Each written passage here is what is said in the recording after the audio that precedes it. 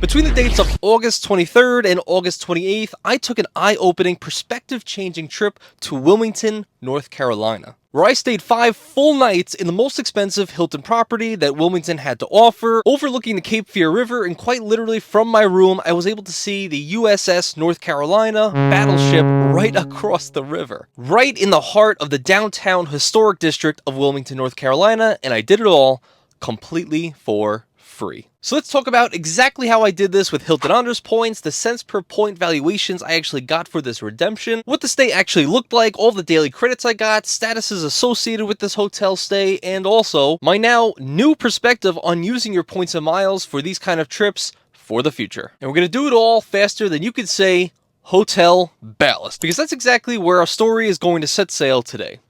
You get it? Because of the battleship.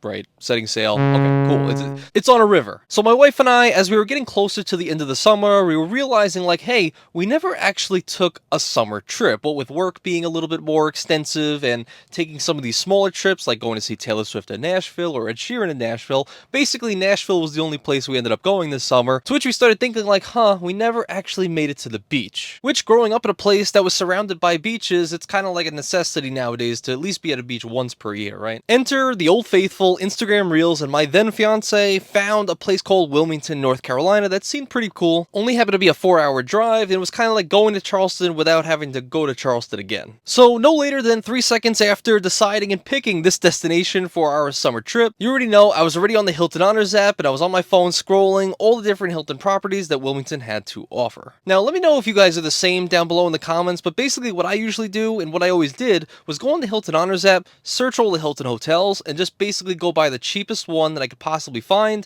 check the reviews, check the area to see if it's kind of crime-ridden or not, and base my decision based off of, is it a safe area, and is it the cheapest points-wise hotel I could possibly find in that area. And I'll just make the drive, who cares if it's 20-30 minutes away. And no bed bugs, of course, right? We hate those. But here is where I decided to take a path that I've never actually taken before, and I kind of said to myself, I was like, what if I actually do what all these guys in the community say to do, and to actually use your points for these vacations, right? Don't just be a hoarder and just being stingy with your points.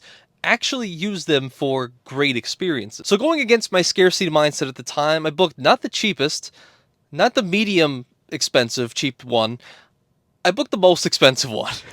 That's right, the most expensive Hilton property in the seemingly small city, kind of not middle of nowhere, but kind of like middle of nowhere place. I thought I was crazy too. And what is that property, you may ask? Well, we come to the Hotel Ballast. Now this hotel, once I saw the pictures, I knew immediately this was the one that I wanted to choose. It's a part of Hilton's Tapestry collection, which if you're unfamiliar, the Tapestry collection is higher tiered, right? Like you'll have a Hilton Garden Inn, maybe a DoubleTree, maybe a Homewood Suites.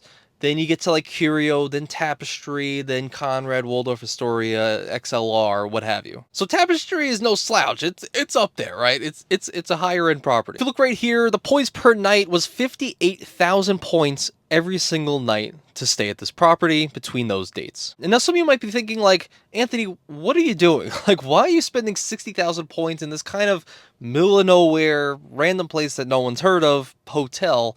Why are you even worried about this kind of property? Why are you spending all your points here? And while I do agree with you, and those are the exact words that I repeated to myself in the mirror before actually hitting book now, and it kind of goes into my new perspective change, which I'm going to talk about in just a few minutes. So for those of you who are curious, the math is as follows. The Hotel Ballast was a stay that was about 58,000 points every single night, and I was going to be staying for 5 nights. So just using that normal math, 5 nights would be 290,000 Hilton Honors points, which is a steep amount. But we also have to factor in that I am a gold member with Hilton Honors, and if you are a silver status or above, you're going to be getting the 5th night free on award stays. So don't forget that. As long as you're paying completely in points, the 5th night is free. So now the stay goes from 290 down to just 232,000, which again is still a hefty premium to pay for a hotel. I mean, it's a lot of points for one random stay. But again, another thing to factor in, that if you do pay all in points, you do not have to pay taxes and fees, right? So if you pay in points, there's no taxes and fees on that premium. Now, along with this math here, a little tip that I wanted to mention was that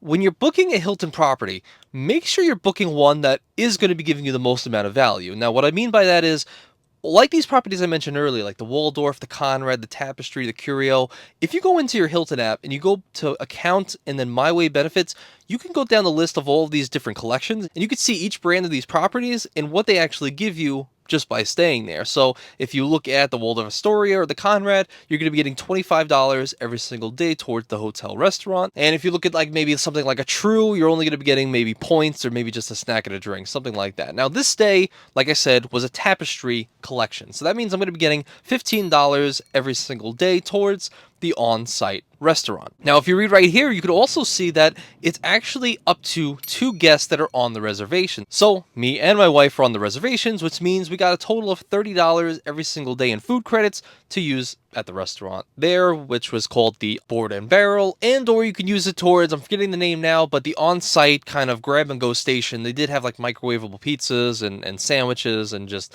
coffee to go and just a bunch of different things in the downstairs lobby that you could also use the $30 a day credit towards. So if you're a coffee drinker, you know, that's beneficial. At least you don't have to pay for coffee every single morning. And I think it's a good thing to mention because I think a lot of people kind of forget that this is allotted at the hotels. And a lot of times you don't want to go out to eat. You don't want to spend, really expensive money on all these dinners. Sometimes you just want to come back to the hotel, relax, and eat the dinner. And foreshadowing, we did.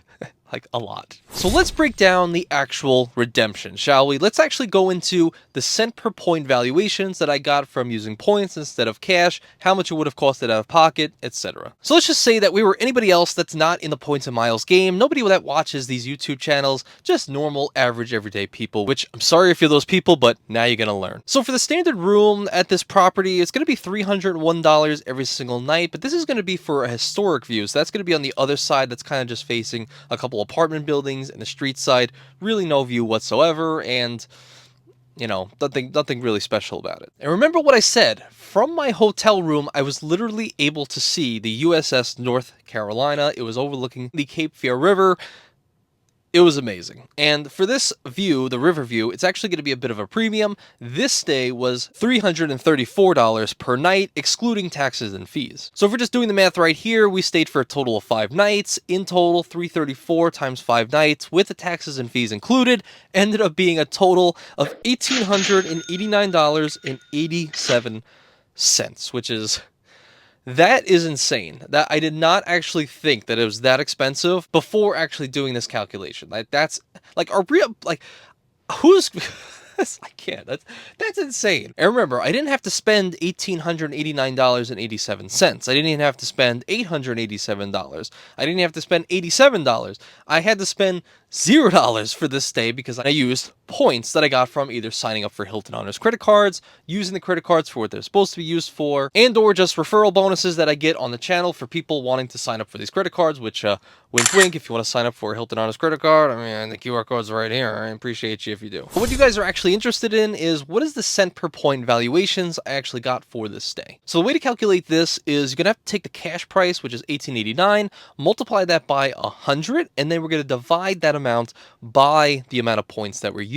So if we do all the maths right there, we're going to come out to a cent per point valuation of 0.814 cents per point, which is decently higher than just the average that's usually touted out and about of like the 0.5 cents per point or the 0.6 cents per point. So considerably, I got about 50 or 60% more value than the average, which is not bad. But again, the value doesn't just end there, right? Because I mentioned just a second ago, I'm staying at a Tapestry location. I got the $30 per day in the credits. And oh boy, we used it. Like I said, we absolutely used it. Look right here. We got burgers not only on the first night, but also the second night, and the third night, and the fourth night. And then the 5th night we didn't, but we actually ended up getting like a microwavable breakfast sandwich to go and some coffee to go and stuff like that. So rest assured, I got the full brunt of my $30 every single day. And if you do the math there, that's $150 worth of value that I got back from staying at this restaurant, which was great because there weren't that many selections of restaurants in this small city. I mean, there was a nice Italian restaurant that we went to that you could kind of sit out on the balcony overlooking the river that had like the best wine ever. And then right outside, there was a place called Gelato, which,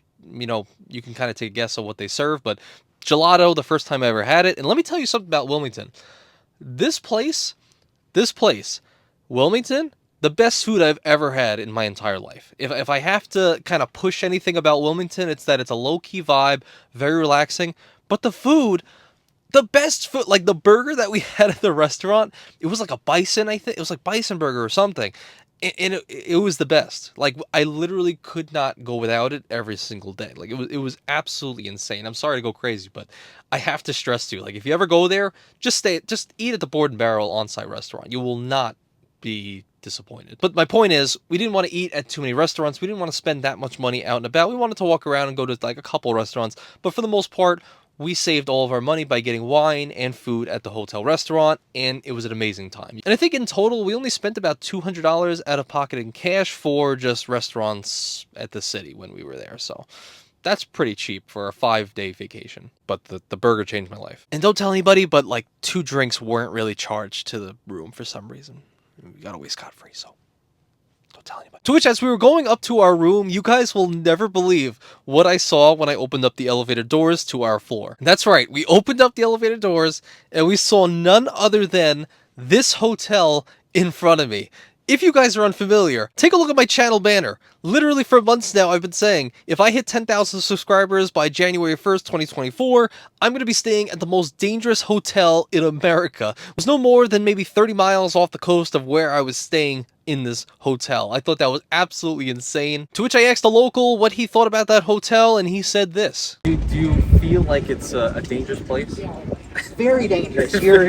So I guess subscribe if you want to see me go to this most ridiculous, dangerous hotel in the world. What am I doing? And one other great thing about this stay is that it was walkable to everything. Whether you wanted to walk to the downtown area where they had like a couple things, a little bit of nightlife, some music, and some restaurants, or even if you just wanted to take a nice romantic nighttime stroll across the boardwalk here. And also you could just take a walk to the water taxi, which actually will take you on a boat across to the Battleship, which we didn't end up doing, but you could have if you wanted to from this hotel. And along with everything being walkable means we didn't actually have to drive anywhere necessarily, which means we parked on the on-site parking lot. Now, unfortunately, the one downside for this hotel is that self-parking was paid parking as well. And it was $17 every single day, which is a lot of money, and it basically canceled out one of our food credits every single day, except for the 5th day, because you don't get charged the parking on the 5th day. But I would say it was worth it because the car was in a safe area, I was able to see it, it was close to the hotel, and I didn't have to worry about the street parking where it was a little bit more unsafe for the cars, and there wasn't really any street parking anyway. It was very seldom, so, you know, I think it was worth it. So if we factor that in, then that means that $17 minus the $30 allotted every single day in food credits means that I was profiting, or saving, $13 every single day for just the money that the hotel was giving me just by staying there. So $13 saved extra every single day for the first 4 days. They didn't charge parking for the 5th day, which means we got a full $30 in savings on the 5th day for our food credits, which means a total of $82 worth of savings that we got in the form of food. Which, if we're factoring that into the overall cash price, if there was somebody that did the exact same thing as me and wanted to stay and eat at the hotel restaurant completely in cash, that brings our total cash price up from $1,800 to now $1,971.87 in the cash price for, again, just the same 232,000 Hilton Honors points. Which, if you're wondering, brings our cent per point valuations up to 0.85, which is not bad. But I learned something on this trip that I kind of wanted to bring up to you guys, that I wanted to bring it to the forefront. And this is kind of going into the psychology of the points and miles game. This is something that was kind of in the back of my head, but it wasn't fully tested until I took this trip, and I'm happy to kind of share the results. Now, for all my life, I've been a hoarder, right? I like to hold on to like action figures and like collectibles, and I like to create a collection of things, and even in video games, I like to collect in-game currencies. Like, I didn't like to spend money in Pokemon because I was like, well, you know, I might have to buy a Master Ball one day or something like that. I always wanted to have money so I could buy things that I wanted in life. I was always kind of like had that scarcity mentality, and I still kind of have that with money.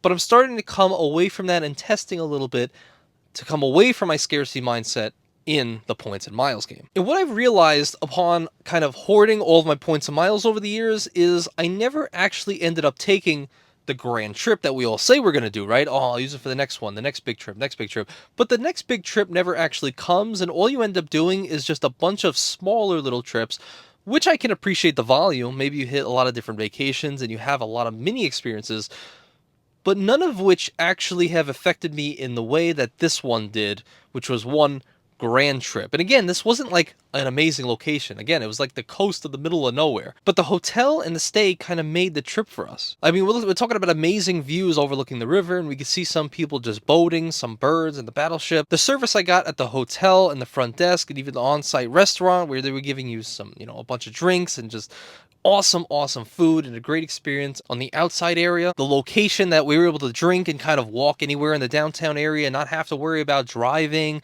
not have to worry about safety, are we in a weird area? And now being a month removed from that trip, I never once thought about the 232,000 points that we spent on that property. It was all the points that we had. We literally went down to zero after we spent these amount of points, which you might say is crazy. But I haven't even thought about it. I haven't even thought like, oh, I could use it somewhere else. Oh, I should have saved it for something else. All I could think about was the amazing burger, the amazing sights, and the amazing time and the walks and the conversations I had with my now wife. So the wisdom that I kind of feel like I had to experience and I had to gain just by doing this experience. Now, some of you might be thinking like, wow, Anthony, like how long did it take you to figure this out? I know this and I'm, 4 years old and I already figured out I could use my points of miles and have a good experience. I get it, all right? I'm late to the game, but I like to experience things for myself and then I can bring it on to you guys. So in 10 years from now, you're not going to be thinking about the cent per point valuations, what you could have saved those points for. All you're going to remember is all of the experiences that you had while you could, right? Like Alex Hormozy says it best, and it really reigns true and something I try to actively remember in my life, and maybe you guys can think about this themselves. But he heard a quote and he took it for himself. And the quote is something like this: when I was 20 years old, I wanted to be a millionaire. And by the time I was 30, I would have given it all away to be 20 again. So really, guys, take the trip. Make the experiences happen while you can, because we're not on this life for a long time, and you have to enjoy things while you can. So, thank you guys for watching, and I'll see you in the next one.